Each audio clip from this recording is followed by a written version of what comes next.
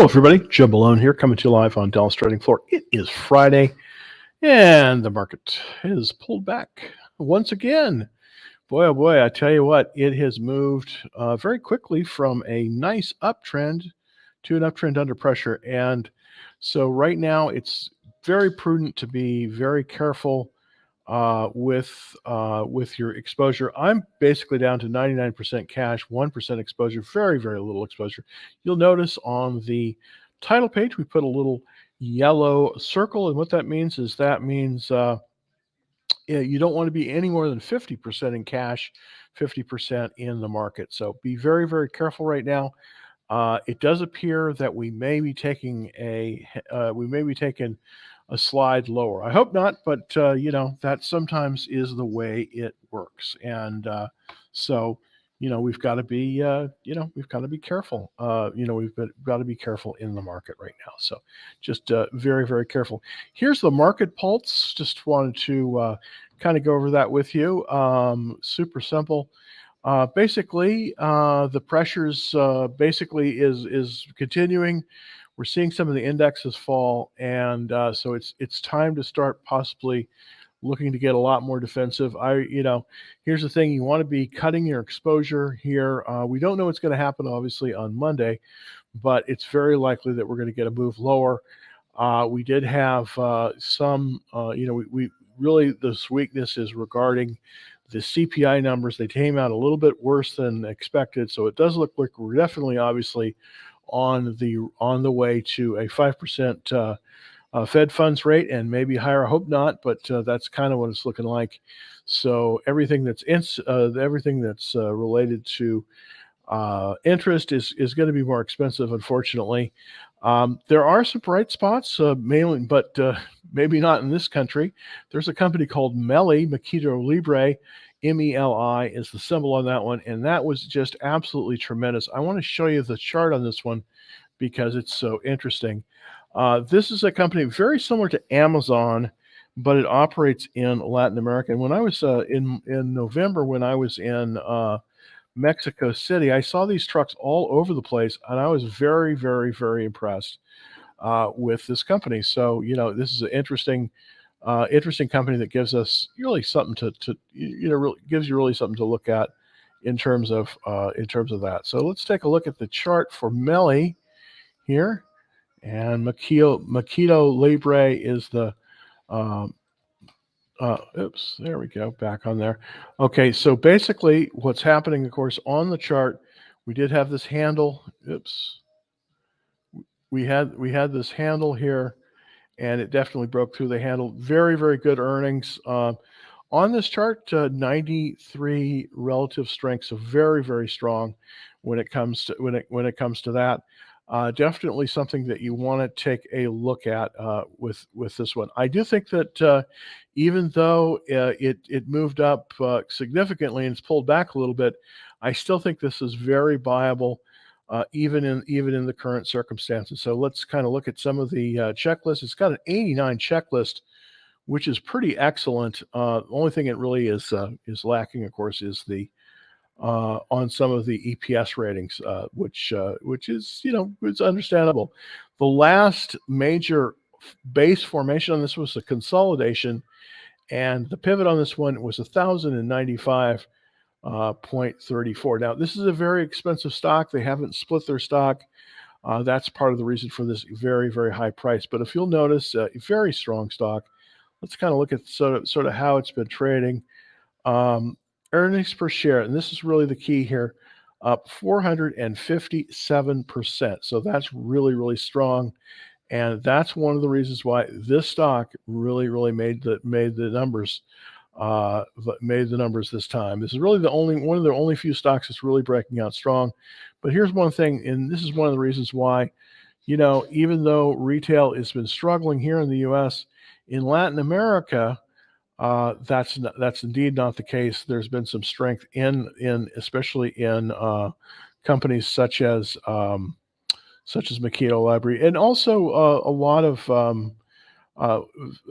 Walmart's getting a lot of its sales from Walmart gets a lot of its sales from this region as well. So, interestingly enough, with Makito Libre, 41% up in terms of sales. But what's so incredible is that their profitability was up 457%. That's remarkable. A lot of companies are investing in this one. A lot of the funds. We've got 2,330 funds in this one, so it's very, very strong. About 53% of the total of all the investment in this one is funds, and the return on equity is about 29%. So really, really excellent. The PE ratio though is a little bit high. That's a little bit of a concern for me, but other than that, looking very, very good in terms of that. So even though on a down day, we did have Makito Libre, which means, of course, free trade in Spanish. My Spanish is terrible, but take it from me with the terrible Spanish. That's the way to go. The price closed at today was up $20. I'm sorry, up $20.52, or about 1.81% on that. So very strong in terms of that. Very, very strong in terms of their numbers. So definitely something to look out for here with that. So without further ado, let's go to my holdings currently. I definitely lower in terms of the holdings. Let's look at the indexes first. On the major indexes, they were all down today. Dow Jones was down about 1.02%. The S&P was down about 1%. The NASDAQ was down about 1.68%, and the Russell was down too. So we have really all across the board, we're looking red. I have very, very few earnings right now. Basically, holdings right now. I'm basically in XLE, which was down today, and in mode, which is down. Everything else is in cash. So I'm about 99% in cash right now. Just something that you might want to take into account if you're looking for stock is that if you're looking for things to buy, is just to be super careful right now. It does appear that we may be getting another downward trend. So I hope that I hope that's not the case, but it's kind of looking that way. All right. Well, thank you for holding on there, Fernando. Appreciate it. Let's look at Melly. What's it looking like post earnings? Well, the thing about Melly, and we just discovered it, is that Melly is, I think it's going to be strong. I mean, it's coming out of this base pattern, which is very, very good. As you can see, it coming out of this kind of this consolidation, and then this handle, and then up from this handle. Now the question is, can we buy it at this point? I think we can, because I think we're within 5% of that very critical 21-day moving average, and we definitely are. We're 3.52% above the 21-day exponential moving average, and that is at 1122.92. So definitely we could buy it here. This might not, if you're looking for a higher price stock, this one could be a good candidate. If we look at the reversal line, you see it's definitely in an upward trend. It's pulled back it looks like it's got support at the 21-day moving average, and then it's moved higher above that. So yeah, I definitely think that it's likely to be a really excellent performer in the next go around. So we have quite a while now. Of course, a lot of times it is good to buy after earnings.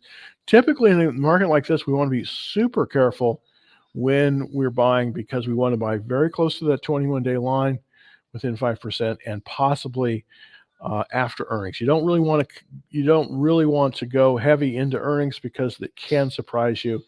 We had some surprises this time around. So if you're not up 10% coming into earnings, best to sell, wait, come through the earnings, and then buy on the other side. So that can be a big, that could be definitely something really, really big.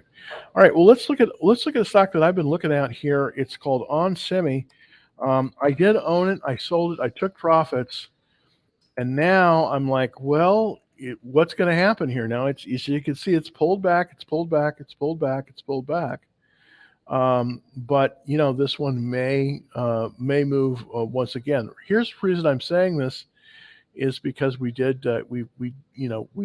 have gotten some bounces on some of these some of these stocks. On Semi's one of them. I want to take a look at LSCC. Um, I'm still very interested in the chip sector, even though we're in a down market. This is LSCC. As you can see, it got support at the 21-day line. Again, very similar chart. It's sort of creating a handle there as well. Let's look at this fabulous. I just want to look at the entire field here. Well, maybe it's not letting me do it, but there you go. So let's compare some of these chip stocks. Now I want to look at Intel because they pulled back once again. Now I don't know what's going on with Intel, but at $25 a share, I'm starting to get interested, even though it has an 11 relative strength. I mean, this is still one of the best of the best, and I definitely think that I'm not a bottom fisher, but I'm looking at this and I'm going, wow, look at that. Their support, it seems like about 25. We're at 25.15 right now. So the question is, do we want to get aggressive when it do we want to get aggressive when it comes to some of these stocks? And I'm thinking, I'm not currently in Intel, but it's looking better all the time that it's down. Let's look at the daily here. There we go. Kind of gives you an idea of the daily chart. It's been below that 200-day line basically forever, and that's really weird. But it's still they're having profitability problems. This is why I do think we're starting to see some support. This is the monthly chart here that we're looking at for Intel. If you can see that there's kind of looks like a floor there. Here's the thing: there are some danger signs. 11 relative strength. And if we go to the fundamentals on this one, we can see, this is Intel, of course. If we go to the fundamentals, you can see that we have a very, very low PE ratio. It's a 14, which I find absolutely amazing. They're cash flowing, and I don't think that this one's going out of business. It's just very, very weak right now, but I think it's starting to put in a bottom. Who knows? I definitely have this one on my watch list. I would super much like to get into this one, but I'm just not sure it's bottomed yet. I'm going to take a look at kind of compare this with some of the other semis since the first of the year, and that kind of gives you. Let's go for the first of the year, and let's compare it to ON, and then also let's compare it to LSCC.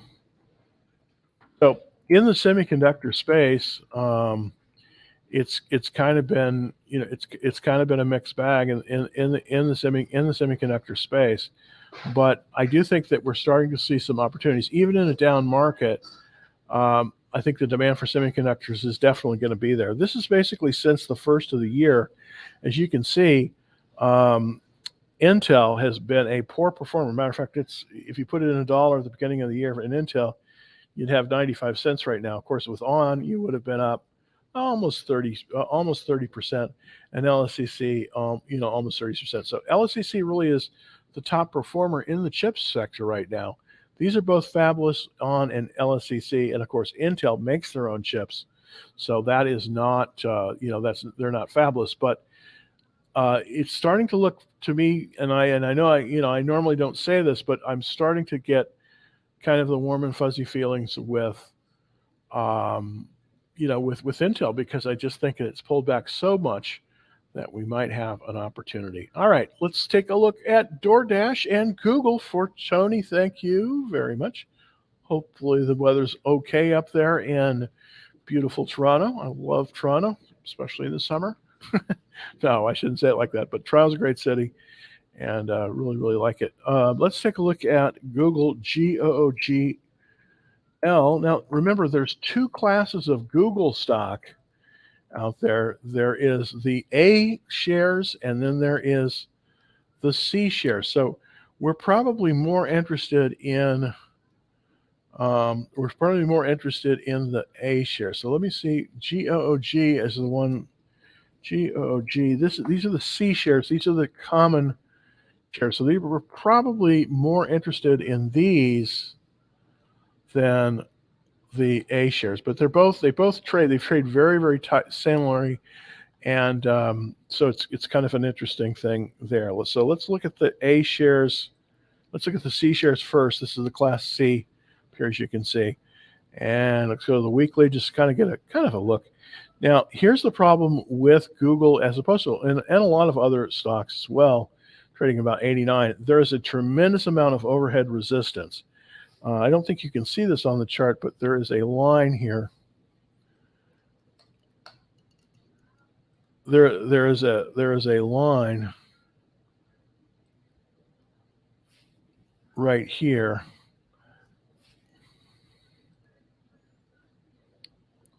Hopefully, yeah, there's a line right there, and that's the 18-month mark. Now, here's the problem with Intel. Here's the problem with Google and buying Google at this point. If you draw a line across there and you draw it through the 18-month mark, this is the amount of overhead supply. So here's the problem with Intel and why it's so deadly to buy this. As Intel moves up, you can see there's a lot of people that within the last 18 months bought it above this point. It's at its low, basically.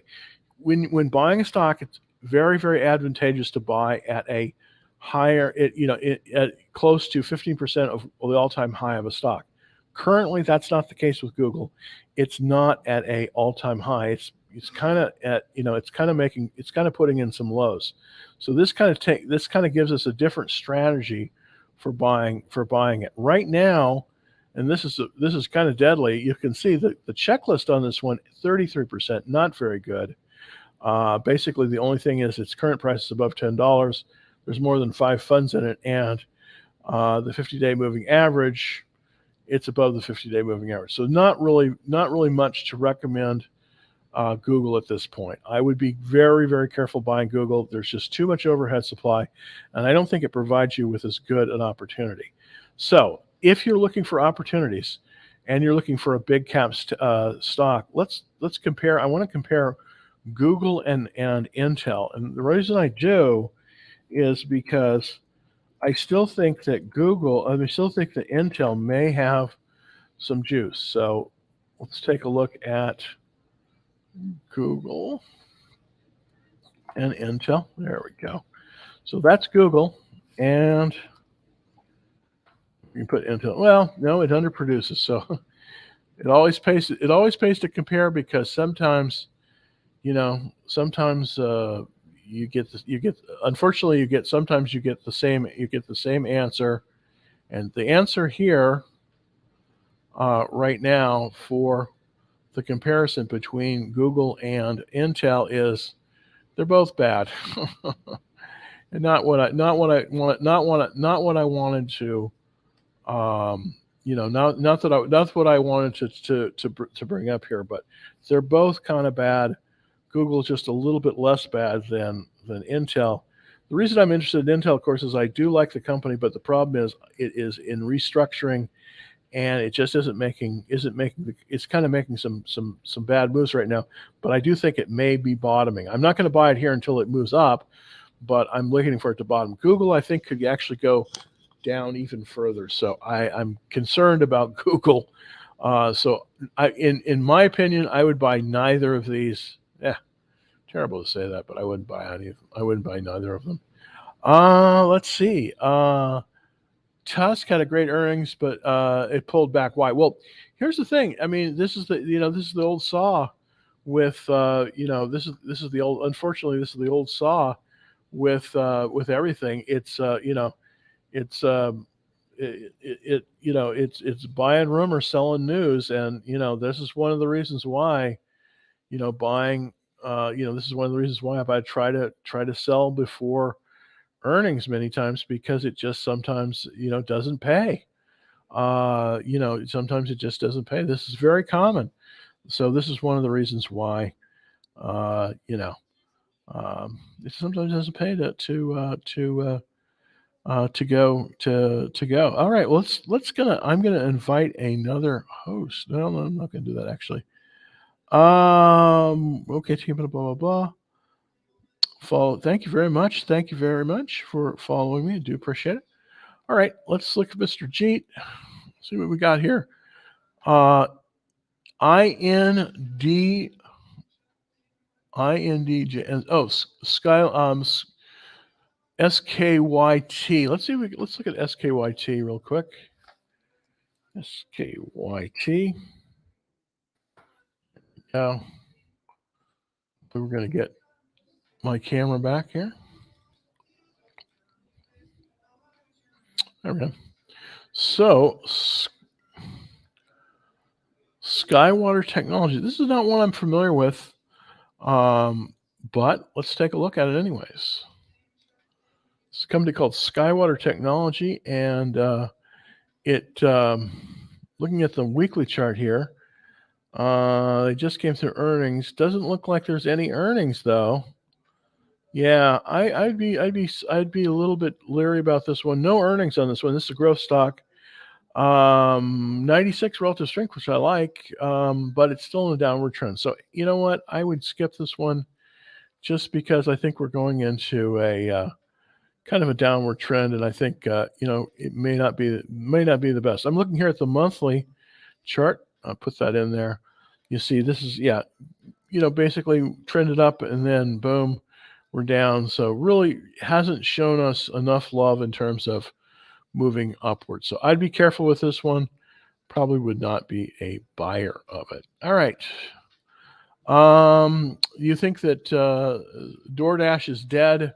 Probably. Here's the problem with DoorDash and so many of these other stocks.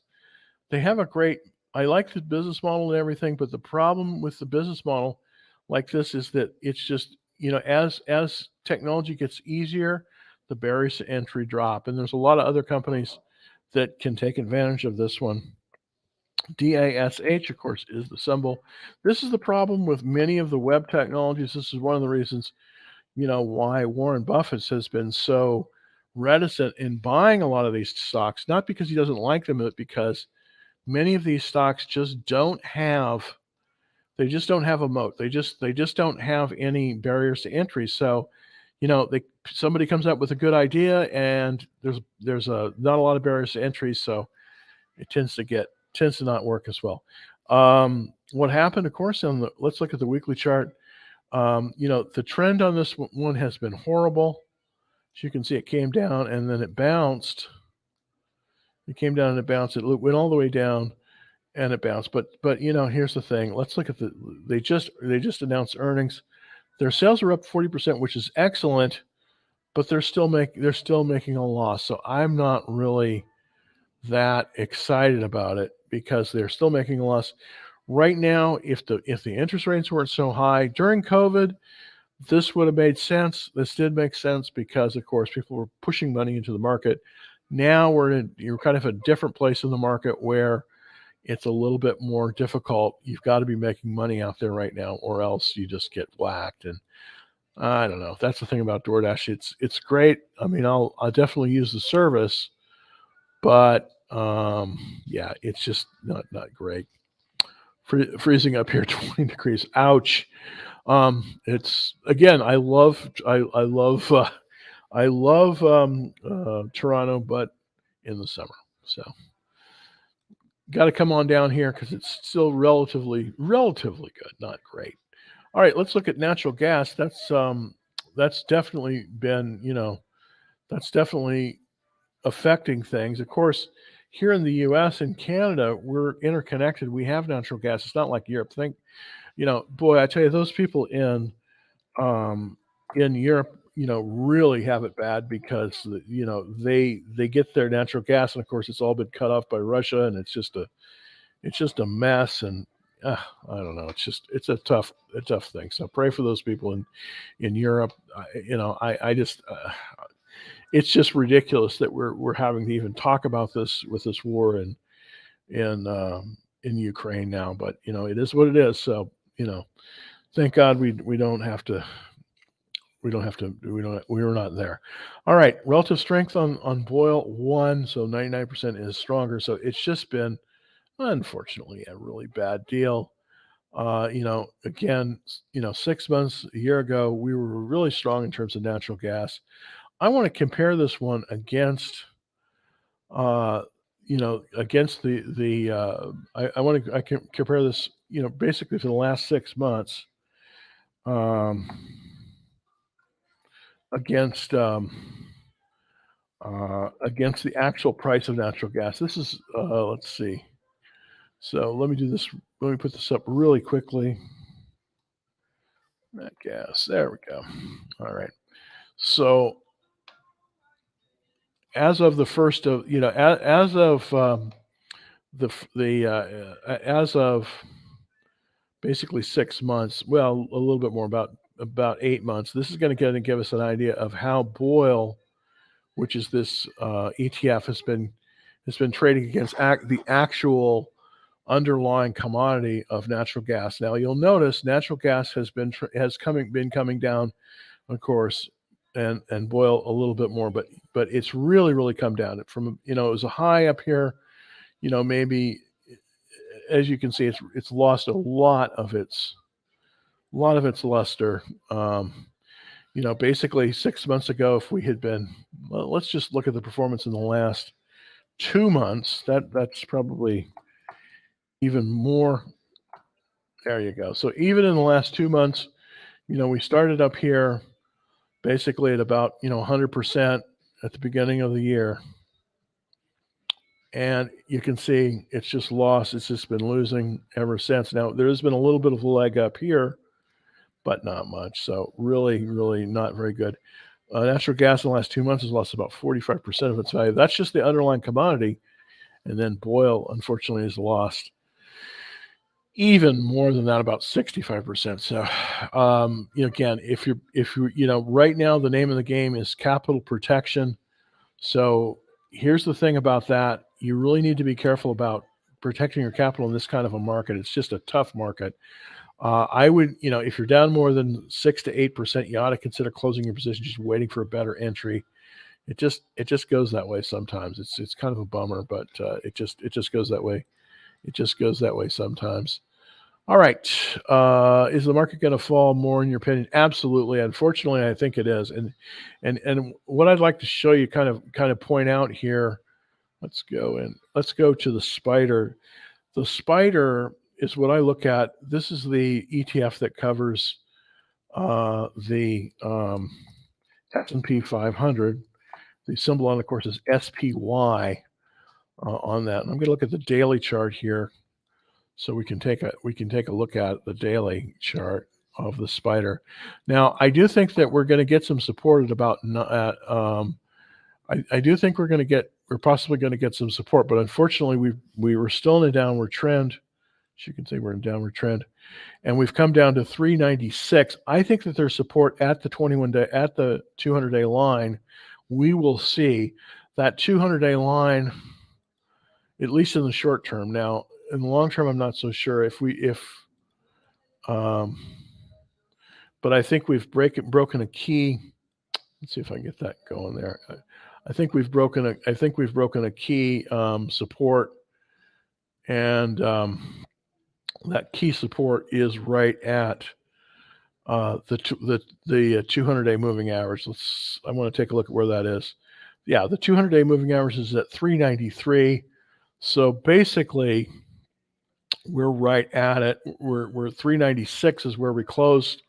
So basically, yeah, I think that if we break through this 393, this is this black line here, we're very likely to go lower. And unfortunately, the next stop is about 374. So I think that we could possibly come down to here. So unfortunately, based on the last 3 days of action, I think we're going lower. And that's why I'm all buttoned up right now, and I'm really not in anything. I mean, I'm basically in cash, just kind of waiting. I don't even want to short this here because we could get a dead cat bounce. So I'm really being very, very, very, very cautious. Troy is asking about Netflix. I just canceled my Netflix last night. Can you believe that?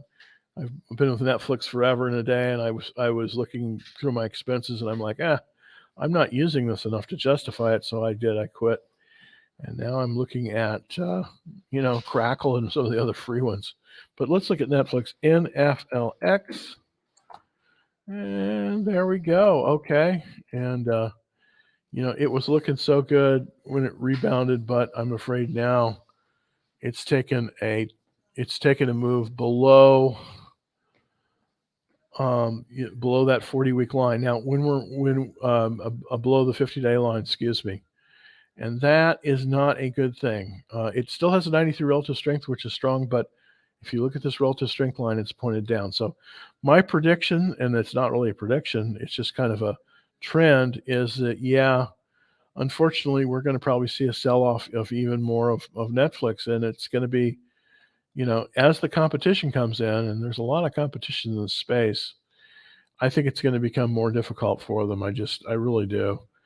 So they just did earnings. Their sales were up just 2%, but their revenue was down 91% in terms of increases. So they're just barely eking it out. Still a lot of funds in Netflix, 3140 number of funds in it. But you'll notice that the PE ratio is coming down, but it's not down enough. It needs to be in about 24 to 20. It's still high. I'm afraid Netflix looks like, just based on the fundamentals now, not totally on the technicals, it looks like it's going to go a little bit lower. So that's kind of disappointing. That's kind of disappointing. All right. Question of Roman is asking, do we going to see the SPY at 400 next week? Well, maybe. I would love it if it was at 400, but I think it's going to be more like 390. That's my guess. Let's look at the SPY again. See if I can put in, kind of show. Yeah.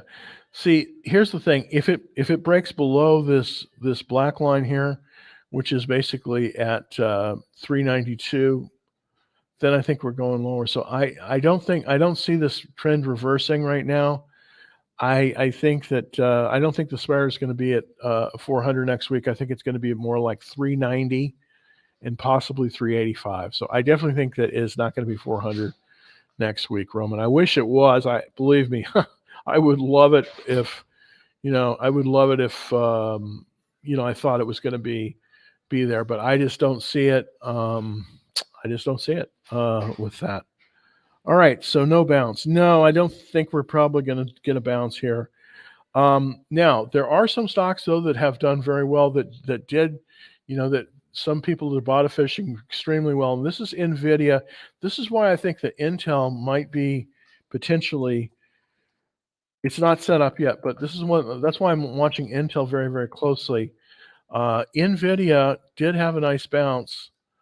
It did have a nice bounce. It came on down to the 21-day line. This is one of the reasons why buying at the 21-day line is so good if you can do it.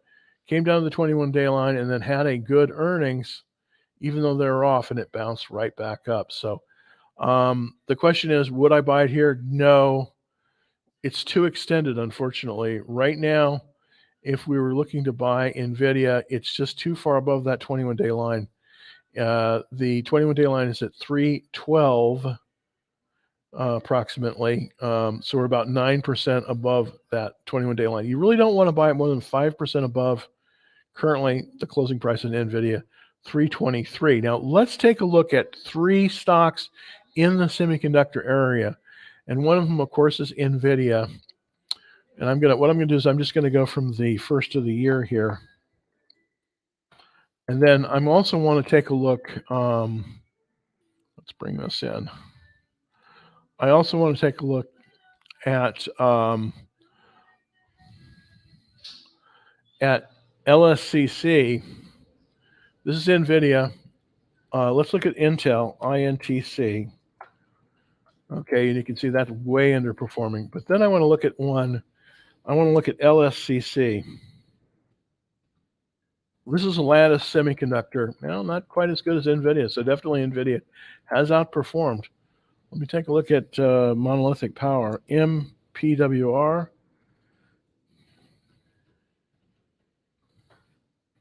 Right about in the middle. So definitely NVIDIA is the winner. The only concern that I have, one of the major concerns though I have with NVIDIA, of course, is the fact that it just doesn't have the strength. It doesn't have the relative strength. I want something that has a little bit more relative strength. So that's probably why I would not be a buyer of NVIDIA. But if I were to buy, let's see, let's take a look at ON. I just want to compare the semis.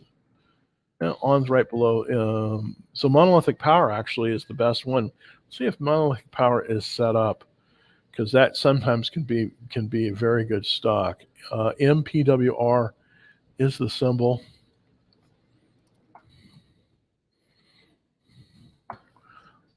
Look at monolithic power.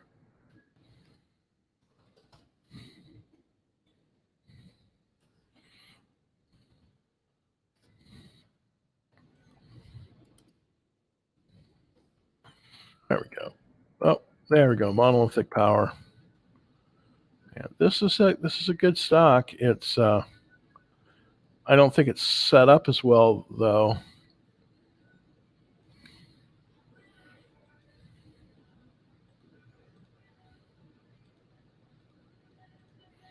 This is monolithic power. This is one that I've definitely been looking at. This is the reversal line that I've had in.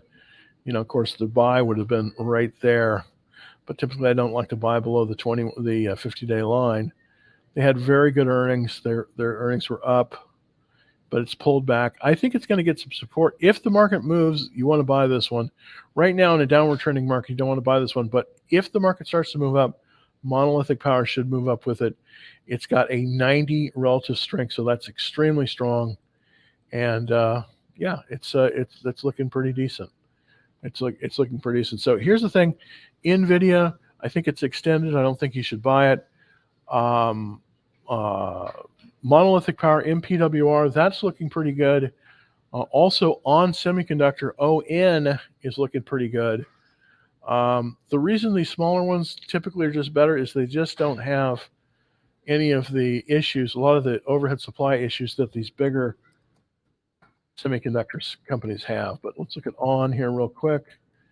And ON has pulled back, but and it's pulled below the 21-day line. So you wouldn't want to buy this until it reverses, but 88 relative strength. So it's weakening, but still pretty good. All right, let's take a look at the list. The last one, TPL, Texas Pacific Land. This is a real interesting stock. It's a royalty trust, which means that basically it doesn't actually it doesn't actually produce anything. It just basically owns oil mineral rights where the tracks of the old Texas Pacific Railroad was at one time. It's sort of been in a downward trend as of late, and it has dropped below the 200-day line. I'd be real careful about buying it here, but I don't want to buy really anything below that black line, because that's the 200-day line. So I think you got to wait a little bit. They had some great earnings.